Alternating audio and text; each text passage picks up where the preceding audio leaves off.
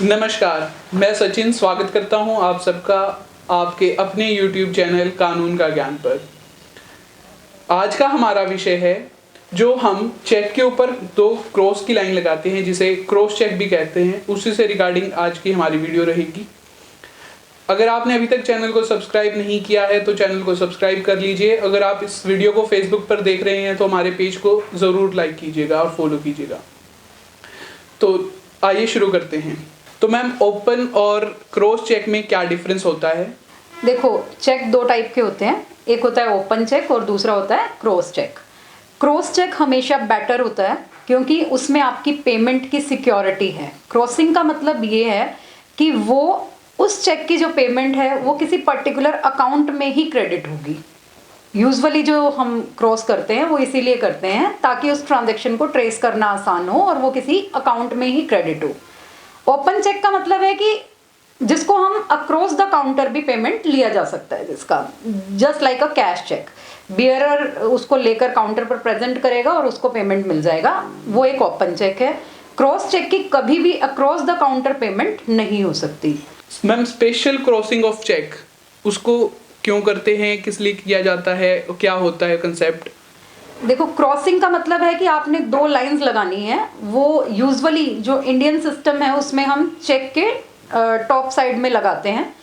अगर उन दो लाइंस के बीच में जो ड्रॉर है वो कुछ स्पेसिफाइड वर्ड्स मेंशन कर देता है, लाइक सपोज उसने लिख दिया कि कैनरा बैंक, मीन्स वो जो चेक है वो अक्रॉस द कैनरा बैंक ही पे होगा।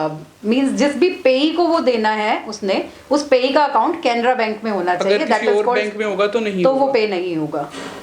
कुछ भी लिख सकता है वो उसके बीच में, लाइक जैसे चेक एक नेगोशिएबल इंस्ट्रूमेंट है, अगर वहां पर वो लिख दे नॉट टू बी एंडोर्स्ड तो वो नॉन नेगोशिएबल हो जाएगा। जिसके नाम पर उसने चेक दिया है वो उसको आगे नहीं दे पाएगा किसी और, खुद ही के नाम पर उसके ही बैंक खाते में वो पेमेंट होती है। मैम, किस तरह के चेक को क्रॉस नहीं करना चाहिए? अगर आपको किसी को पेमेंट बहुत अर्जेंटली ज़रूरत है कि सपोज तुमने मुझे आज 10,000 रुपये चाहिए और तुमने मुझे चेक दे दिया, तो मेरे को काउंटर से जाके बहुत अर्जेंसी है पेमेंट की, तो आपको क्रॉस करके नहीं देना है ताकि सामने वाला उसकी कैश पेमेंट निकाल सके। अगर मान लीजिए हमने चेक को क्रॉस नहीं किया है तो लीगल पॉइंट ऑफ व्यू से हमें क्या नुकसान है, क्या फायदे हैं उसके पॉइंट ऑफ व्यू से? लीगल पॉइंट ऑफ व्यू से कोई दिक्कत नहीं है, बस आपकी सेफ्टी उतनी नहीं रहेगी। सपोज आपने कोई चेक क्रॉस नहीं किया और वो आपका चेक मिसप्लेस हो जाता है तो कोई भी उसको जिसको भी मिल गया वो होल्डर जाकर पेमेंट विड्रॉ कर सकता है। जिसके हाथ में भी वो चेक होगा वो जाकर तुरंत की तुरंत निकाल सकता है। मान लीजिए हमने चेक को क्रॉस कर दिया है तो आपने जैसा अभी बताया कि हम उसको कैश में नहीं ले सकते, लेकिन कोई ऐसी पॉसिबिलिटी है जिसके तहत हम उस चीज को हम कैश में करवा सकते हैं?